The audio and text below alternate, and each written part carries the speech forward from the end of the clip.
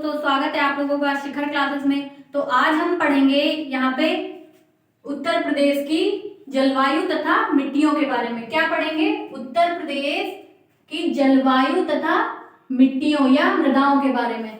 तो आइए देखते हैं कि हमारा आज का पहला पॉइंट क्या है। तो हमारा यहाँ पे पहला पॉइंट है उत्तर प्रदेश की जलवायु। तो यहाँ पे बताया जा रहा है कि उत्तर प्रदेश की जो जलवायु है वो कैसी है। तो उत्तर प्रदेश की जलवायु कैसी है? तो हमारी उत्तर प्रदेश की जलवायु जो है वो उष्ण कटिबंधीय जलवायु है। कौन सी जलवायु है? उष्ण कटिबंधीय जलवायु है जो हमारे उत्तर प्रदेश की जलवायु है। अब अगर हम आगे बात करें, उत्तर प्रदेश में कृषि जलवायु के क्षेत्र कितने हैं? अगर बात की जाए कि उत्तर प्रदेश में कृषि क्षेत्र की जलवायु क्षेत्र जो कि है वो कितने हैं, अगर पूछा जाए एग्जाम में, तो आप बताएंगे उत्तर प्रदेश में 9 कृषि जलवायु क्षेत्र हैं। अब अगर हम यही बात करें कोपेन के अनुसार, अभी यहाँ पे आपने पढ़ा कि उत्तर प्रदेश की जलवायु कैसी है, तो वो आपने देखा कि उष्ण कटिबंधीय जलवायु है जो कि उत्तर प्रदेश की जलवायु है। और यहाँ पे हम पढ़ेंगे कोपेन के अनुसार उत्तर प्रदेश की जलवायु कैसी है। तो यहाँ पे उत्तर प्रदेश की जलवायु कोपेन के अनुसार जो कि बताई गई है शुष्क शीत वाला मानसूनी प्रकार, जिसे आप सांकेतिक तौर पे CWG से भी पहचान सकते हैं या दर्शा सकते हैं। अब यही हम बात करें तो थानथवेट के बारे में।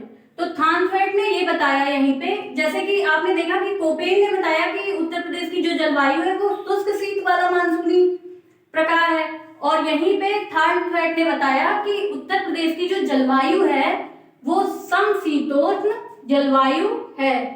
तो आप यहाँ पे अंतर देख रहे हैं कि दोनों वैज्ञानिकों ने, ये दोनों नाम जो आप देख रहे हैं दोनों वैज्ञानिक हैं और इन्होंने अपने अपने अनुसार अपना यहाँ पे मत रखा है, जो इन्होंने बताया है कि यहाँ की जलवायु उत्तर प्रदेश की कैसी है। तो इनका अगर समशीतोष्ण जलवायु का संकेत देखा जाए तो यहाँ पे इसे सांकेतिक तौर पे CBW के तौर पे दिखाया जाता है। आइए अब हम बात करते हैं कि हमारे उत्तर प्रदेश की ऋतुएं। अब हम बात करें उत्तर प्रदेश की ऋतुओं की, तो उत्तर प्रदेश की जो ऋतुएं होती हैं वो 3 ऋतुएं होती हैं आमतौर पे। तो पहली ऋतु कौन सी होती है? शीत ऋतु, तथा दूसरी ग्रीष्म, तीसरी वर्षा ऋतु। तो यही अगर हम बात करें शीत ऋतु की, तो शीत ऋतु का जो समय होता है, जो ठहरने का समय होता है, तो वो समय इसका है अक्टूबर से फरवरी तक का, जो कि अक्टूबर से फरवरी तक पाई जाती है या रहती है। अब अगर यही हम बात करें ग्रीष्म ऋतु की, तो ग्रीष्म ऋतु का जो समय है वो मार्च से जून माना जाता है। अब यही अगर हम बात करें वर्षा ऋतु की, तो वर्षा ऋतु का जो समय है वो जून से अक्टूबर तक का होता है। तो ये थी हमारी 3 ऋतुएं, जो जिसमें पहला नाम शीत ऋतु तथा दूसरा ग्रीष्म ऋतु और तीसरा वर्षा ऋतु। उनके सामने आपने देखे कि ये उनका समय लिखा हुआ है, तो आप इसे ध्यान रखें। अब अगर हम बात करें यहाँ पे कि उत्तर प्रदेश में सर्वाधिक औसत तापमान कहाँ पे पाया जाता है, तो हमारे उत्तर प्रदेश में अगर आप देखें कि सर्वाधिक तापमान कहाँ पे पाया जाता है, तो ये बुंदेलखंड में पाया जाता है। आप इसे विशेष तौर पे ध्यान रखें क्योंकि एग्जाम में कभी भी ये पूछा जा सकता है, तो आप इसे ध्यान रखें और इस पॉइंट को कहीं पे नोट करें या फिर आप इसे ध्यान रखें अपने हिसाब से। अब आइए अगर हम आगे बात करें अधिकतम गर्मी का क्षेत्र जो है वो कौन सा है, तो अधिकतम गर्मी का क्षेत्र उत्तर प्रदेश में झांसी, आगरा, 2 जिले यहाँ पे पाए जाते हैं, जो कि पहला नाम झांसी तथा दूसरा आगरा है, जहाँ पे सर्वाधिक गर्मी होती है। अब यही हम आगे बात करें कि सबसे कम गर्मी कहाँ पे पाई जाती है, तो इसमें हमारा एक जिला है उत्तर प्रदेश का जिसमें सबसे कम गर्मी पाई जाती है, जिसमें पहला नाम बरेली है। पहला नाम क्या? एक ही नाम है इसमें, जिसमें सबसे कम गर्मी पाई जाती है, जिसका नाम बरेली है। अब हम अगले पॉइंट की अगर बात करें, तो उत्तर प्रदेश में अधिकांश वर्षा कहाँ से प्राप्त होती है, तो उत्तर प्रदेश में जो अधिकांश वर्षा है वो दक्षिण पश्चिम मानसून की बंगाल की खाड़ी शाखा से प्राप्त होती है। इसे आप दोबारा से देखें, उत्तर प्रदेश में अधिकांश वर्षा कहां से प्राप्त होती है, तो उत्तर प्रदेश में अधिकांश वर्षा जो है वो दक्षिण पश्चिम मानसून की बंगाल की खाड़ी शाखा से प्राप्त होती है, इसे आप ध्यान रखें। आइए अब हम, अभी तक हमने बात करी यहाँ पे जलवायु के बारे में, अब हम बात करेंगे उत्तर प्रदेश की मृदाओं के बारे में। तो आइए देखते हैं कि उत्तर प्रदेश की मृदाएं किस प्रकार हैं।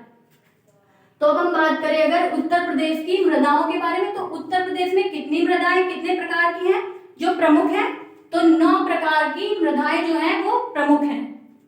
तो इसमें पहली मृदा है जलोढ़ मृदा, यहीं अगर हम दूसरे की बात करें तो पर्वतीय मृदा, तथा तीसरे की बात करें तो लाल बलुई मृदा। आइए देखते हैं कि चौथी मृदा कौन सी है। तो यहाँ पे चौथी मृदा तराई मृदा है।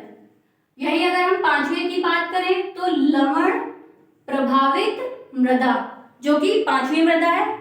ये उत्तर प्रदेश की 9 प्रमुख मृदाएं हैं जिनके बारे में यहाँ पे आपको बताया जा रहा है। तो यहाँ अगर हम छठे की बात करें तो लाल एवं पीली मृदा, जो कि छठी मृदा है। अब यहीं हम अगले की बात करें लाल एवं काली मृदा। अब यहाँ पे 8th नंबर पे भी आप देख रहे होंगे कि यहाँ पे भी काली मृदा है। तो इसमें हम कोई बदलाव नहीं कर सकते, ये ऐसे ही होती है, इसीलिए यहाँ पे भी ऐसे ही लिखा गया। तो आप ये 7वां और 8वां पॉइंट देख के कंफ्यूज ना हो कि यहाँ पे भी काली मृदा है और यहाँ पे भी काली मृदा है। तो ठीक है, इस हिसाब से आप कंफ्यूज ना हो। तो आइए देखते हैं कि अगली मृदा कौन सी है।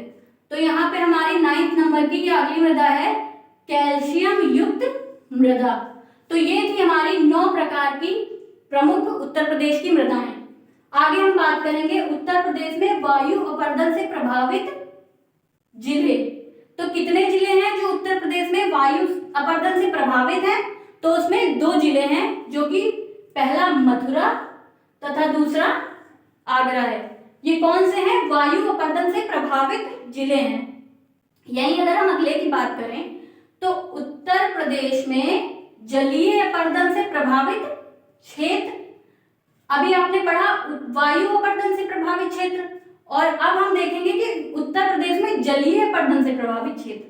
तो यहाँ पे जलीय अपर्दन से प्रभावित क्षेत्र कौन से हैं? तो यहाँ पे उत्तर प्रदेश में हिमालय का तराई प्रदेश जो है वो जलीय प्रदेश से प्रभावित है।